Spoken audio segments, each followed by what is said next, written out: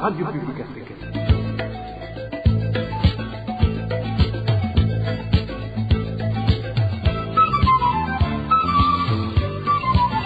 Radio Publique Africaine.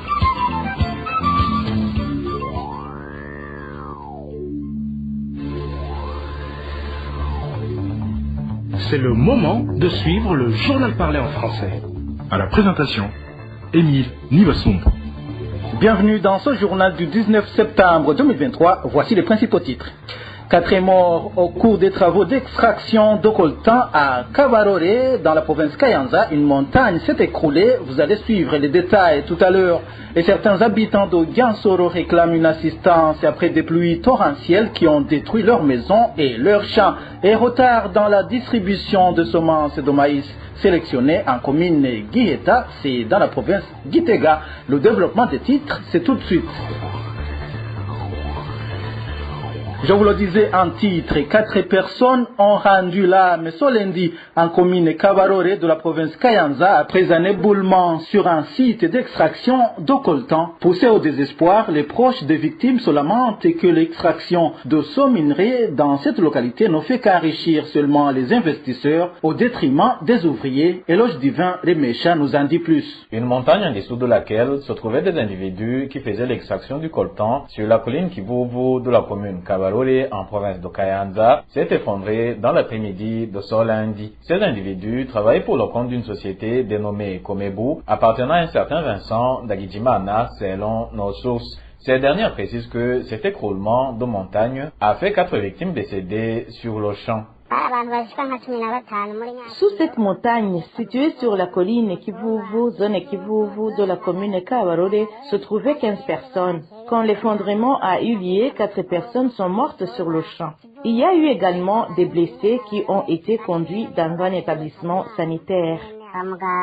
Les familles des victimes décédées et celles blessées, ainsi que certains des ouvriers, indiquent que les faits survenus ce lundi ne sont pas inédits dans cette localité. Le plus attristant pour eux, c'est le manque de soutien aux ouvriers dans les moments difficiles qui caractérisent le responsable de la société Komebu.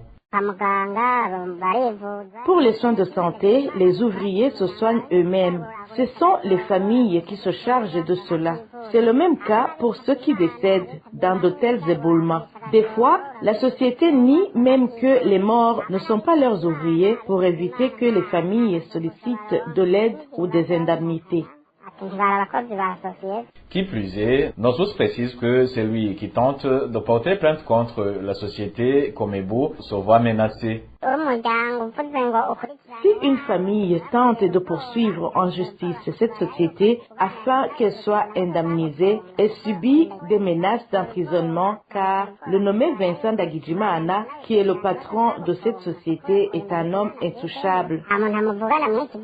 À l'heure actuelle, les familles des victimes et les ouvriers de la Komebu sollicitent l'intervention des institutions habilitées afin que des mesures qui protègent les ouvriers travaillant dans ce secteur d'extraction du coltan dans cette localité soient prises. 2 personnes ont été enlevées la nuit de ce lundi en zone Kamenge de la mairie de Bujumbura. Les auteurs de ce kidnapping portaient des tenues policières et d'autres détenus civils selon les témoins. Le point avec Eric Nyonzima. Bosco Mimbar est surnommé Bébé ce lundi 18 septembre et à la soirée, il avait décidé de partager un verre avec son beau-frère Bosco Vitangaro et sa sœur Esther Muimondo, qui est également mariée à Bosco Vitangaro. Ils avaient choisi un cabaret situé à la 4e avenue près de la zone Kameng. Bosco Vitangaro et sa sœur Esther Muimondo sont arrivés les premières dans le cabaret où ils s'étaient fixés rendez-vous. Vers 20h, Bosco Muimbare rejoint le couple.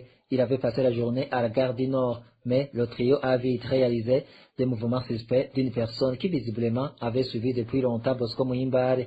Cette personne est partie après avoir repéré la table sur laquelle était le trio. Il est revenu peu après avec un groupe de personnes, avec certaines d'entre elles en uniforme policière. Alors qu'il venait juste de prendre place, il a réalisé qu'il y avait quelqu'un qui le suivait, un homme. C'était juste après qu'il terminait d'ouvrir une hamster. D'ailleurs, les mouvements de cet homme les ont inquiétés. L'homme est reparti, mais pour revenir plus de 10 minutes à plus. Cette fois-ci, il était à bord d'un véhicule à vitres teintées, accompagné de 2 hommes en uniforme policière et d'autres en civil. Ces hommes se sont jetés violemment sur Trio et ont commencé à les tabasser avant de les embarquer dans un véhicule. Selon un témoin qui n'a pas voulu que sa voix soit utilisée pour sa sécurité, les 2 hommes ont été brutalement tabassés qu'il serait difficile de continuer à penser qu'ils respirent encore à l'air qu'il est. Une fois arrivé, le groupe a commencé à les tabasser et les faisait brutalement entrer dans un véhicule à vitres teintées et se pas rappeler parti. La sœur de Bosco, Bebeto, elle a été dépouillée de son téléphone et on l'a laissé partir. Alors, jusqu'à présent, nous ne savons pas où ils sont. Le téléphone ne passe pas. La rédaction de la RP a tenté de joindre Pierre Mouriquier, porte-parole du ministère de l'Intérieur, mais son téléphone sonnait sans que personne ne décroche. Selon un proche de la famille de Bosco Mouimbare, ce dernier était arrivé au Burundi le 15 de ce mois en provenance du Rwanda. Il venait d'y passer plus de 5 ans comme réfugié. Certains habitants de la commune Giansoro en province Gitega réclament une assistance et en ce moment du fait qu'ils n'ont pas d'abri. Ces habitants sont victimes des pluies torrentielles mêlées de grêles qui ont détruit leurs maisons et leurs champs dimanche dernier. Les détails avec Elvis Niomongere. C'était dans l'après-midi de ce dimanche 17 septembre que des pluies torrentielles mêlées de grêle se sont abattues sur la commune Giansoro de la province de Gitega. Ces pluies ont causé plusieurs dégâts matériels, précisément sur les 3 collines de cette commune, à savoir Ndava, Nyabikenke et Nyenhambwe. En effet, les habitants de ces localités, faut savoir que plusieurs champs ont été endommagés. Les pluies diluviennes mêlées de grêle qui sont tombées dimanche dernier sur les collines Ndava, Nyabikenke et Nyenhambwe ont emporté les champs de bananes, de pommes de terre et de patates douces. La population a tout perdu dans les champs. Ces pluies mêlées de grêle n'ont pas épargné les maisons de la population. 15 maisons ont été détruites. À présent, ces habitants victimes de cette catastrophe se trouvent dans une désolation totale et ils sont frustrés du fait qu'aucune autorité n'est venue les soutenir. Il y a aussi 15 maisons d'habitation qui ont été démolies. Par conséquent, leurs propriétaires sont affligés. Ils ne savent pas quoi faire. Ils ont demandé à leurs voisins de les héberger en attendant de trouver d'autres abris. Les autorités locales ne font rien pour donner une assistance aux victimes de cette catastrophe. Étant donné qu'ils viennent de passer 3 jours sans abri et que les champs ont été emportés par ces pluies torrentielles mêlées de grêle, ces habitants demandent aux autorités ainsi qu'aux organisations de bienfaiteurs de leur venir en aide afin qu'ils puissent réhabiliter les maisons détruites et de leur donner aussi une assistance alimentaire. Le projet de construction d'une digue sur les rives de la rivière Rusizi n'est pas une solution efficace pour protéger la population de la zone Gatumba, commune Mutimbuzi de la province Bujumbura. C'est ce qu'a déclaré le président de la commission nationale en charge de la gestion des catastrophes. C'était ce lundi lors d'un atelier de restitution du projet de renforcement de la résilience face aux risques liés aux catastrophes. Le général de brigade de police Anissé Nibaruta a fait savoir qu'une commission a été mise en place pour identifier toutes les localités de la zone Gatumba qui sont menacées par les inondations afin de trouver des solutions adéquates. La digue en question a été réclamée par la population de la zone de Gatumba. On avait prévu de réaliser ce projet en collaboration avec la PNID avec un financement de $350,000 américains. Nous avons constaté cependant que la construction de cette digue n'est pas une meilleure solution car, d'abord, elle allait être construite sur une longueur de 2 km seulement. Donc, pour protéger toute la zone, Il s'est avéré nécessaire de changer le projet. C'est le cabinet du Premier ministre qui a pris en main cette question. Il a réuni 5 ministres, à savoir le ministre de l'Intérieur, le ministre de l'Environnement, le ministre de la Solidarité nationale, le ministre des Finances et celui des Infrastructures. Il doit confier au ministre des Infrastructures de mettre en place une commission qui sera chargée d'étudier et d'identifier toutes les localités qui sont menacées par des inondations en zone Gatumba. Dans un instant, nous parlons gouvernance. Les Burundais qui se sont récemment rapatriés en provenance de la République démocratique du Congo, qui sont devant les bureaux des différentes communes de la province Chibitoke, sont dans la désolation totale, vu qu'ils n'ont ni quoi mettre sous la dent, ni où passer la nuit. Ils demandent à toute âme charitable de les aider à sortir de cette situation. Les détails avec Marie-Ange Irakoze. Ces rapatriés burundais ne savent plus à quel saint se vouer. De part qu'ils n'ont rien à mettre sous la dent, ils dorment à la belle étoile et sont exposés au froid et à la pluie. Même tout ce qu'ils avaient tiré, ils ont été dépouillés dans le camp de transit de Kagwema. Là où ils sont à Buganda, ils n'ont rien à manger, rien à boire, rien pour se couvrir. Hier, la pluie est tombée. Elle continue à prévoir jusqu'à maintenant. Ce sont les petits enfants qui trouvent quelque chose à mettre sous la dent de la part des bienfaiteurs. Mais là aussi, ce ne sont pas tous les enfants qui en bénéficient car ils sont nombreux. C'est plus de 140 enfants. Toutes les 230 familles et plus ont été conduites dans leur commune d'origine selon notre source. Elle précise que ces rapatriés n'ont pas où passer la nuit. Ils passent la nuit sous les manguiers devant les bureaux de la commune. Ils sont tous de la commune de Buganda. Ceux de la commune de Mugwi sont à Mugwi. Ceux de la commune de Rugombo sont dans les zones de Gasenyi et Ndava.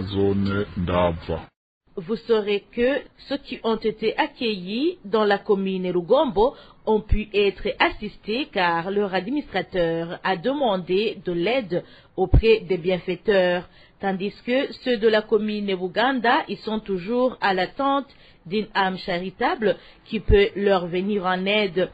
3 hommes parmi les rapatriés de la commune Mugwi ont été arrêtés et puis emprisonnés par l'administrateur de cette commune pour avoir réclamé leurs biens dépouillés.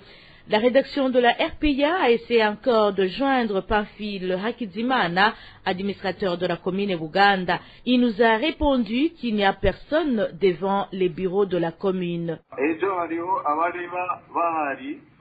Hier, nous avons vu 2 familles, mais jusque dans l'après-midi, elles étaient toutes parties. Mais il y a ceux qui sont revenus pour demander l'aide pour qu'on puisse les aider à réclamer ce qu'on leur avait promis. Pour le moment, je viens d'arriver sur place, il n'y a personne. Le manque de matériel didactique pour les élèves de l'ethnie Twa est devenu de plus en plus remarquable, malgré les efforts du gouvernement pour faciliter la rentrée scolaire à ces élèves. L'absence des mesures accompagnatrices pour les décisions prises est l'un des facteurs qui font que la plupart de ces élèves abandonnent souvent l'école. Encore une fois, Elvis Nyomunge. Le manque de matériel scolaire, comme les cahiers, les uniformes et autres, est le principal problème des enfants ici des communautés de Batwa dans différentes provinces du Burundi. C'est le seul membre des associations qui œuvrent pour le bien-être de la dite communauté, que ce soit pour ceux de l'école primaire ou encore ceux des écoles à régime d'internat. Ce problème de manque de matériel scolaire existe pour tous les enfants de cette communauté. D'une manière générale, tous les enfants des Batwa ont un problème de matériel scolaire, que ce soit ceux de l'école primaire, de même que ceux de l'école secondaire. Il s'agit des cahiers, des uniformes et autres. En plus, pour ceux qui terminent la 9e année et qui cherchent à entamer le poste fondamental, les orientations sont déjà disponibles. Malheureusement, à part que beaucoup n'ont pas été orientés, même ceux qui ont été orientés n'ont pas encore pu se rendre à l'école à cause du manque de matériel scolaire.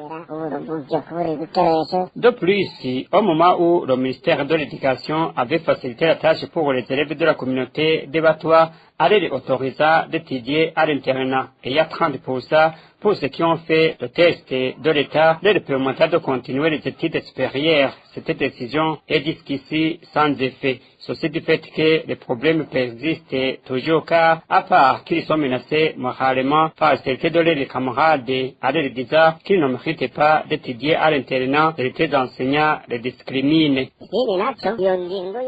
L'autre constat est que malgré la décision du gouvernement leur permettant d'avancer avec 30% à l'examen d'État, cet élève qui a eu 30% aura beaucoup de difficultés pour étudier avec ceux qui ont eu 70, 80 et plus. Il lui sera difficile de s'adapter. D'abord, il va subir le mépris de ses camarades de classe. Ensuite, il va subir aussi les critiques de ses enseignants, qui vont lui répéter qu'il ne méritait pas sa place à l'internat. Tout cela va mettre l'enfant dans une situation inconfortable. Cet enfant de l'ethnie 3 ne pourra pas par conséquent continuer ses études. Nos sources au sein des associations pour la protection de la communauté des Batois indiquent que le chemin pour que les élèves ici de cette communauté puissent étudier dans de bonnes conditions est encore long et trouvent que le gouvernement devrait fournir beaucoup d'efforts. Pour clore cette édition, parlons de ce retard dans la distribution des semences de maïs sélectionnées en commune Guiheta de la province Gitega, alors que la saison pluvieuse a déjà commencé. Les agriculteurs de Guiheta indiquent que ce retard aura des répercussions négatives sur leur récolte. Le point avec Dani Claire et la trouve. Les agriculteurs de la commune Guiheta en province de Gitega indiquent que la saison pluvieuse arrive au moment où ils attendent toujours la distribution des semences de maïs sélectionnées. Ils affirment qu'ils ont payé à l'avance pour être servis à temps dans le programme national de subvention des semences de qualité. Au moment où la saison pluvieuse a déjà commencé, les agriculteurs de Guiheta font savoir que si ce retard persiste, il y aura un grand bouleversement de la saison culturelle A et la récolte sera mauvaise cette année. Ils précisent que les cultures plantées tardivement auront un grand problème de manque d'eau vers la fin de saison parce qu'il n'y aura plus de précipitations. Ces agriculteurs de Guiheta affirment qu'ils ont déjà exposé cette problématique auprès de l'agronome communal Joseph Nyawinda et que ce dernier leur a demandé de patienter car les semences sélectionnées sont importées de l'étranger. Les spécialistes du domaine de l'agriculture de l'élevage qui se sont entretenus avec la RPIA affirment que le manque de semences sélectionnées est remarquable sur tout le territoire national car on les importe par moyen de paiement de devises et que ces dernières sont en petite quantité au Burundi. À ce propos, nous n'avons pas encore pu joindre le porte-parole du ministre de l'Agriculture et de l'Élevage pour de plus amples éclaircissements. Voilà, c'est par ici que nous mettons un point final au journal du 19 septembre 2023. Merci à vous tous qui nous avez suivis. À la présentation, c'était Émile Nibasumba. Au revoir.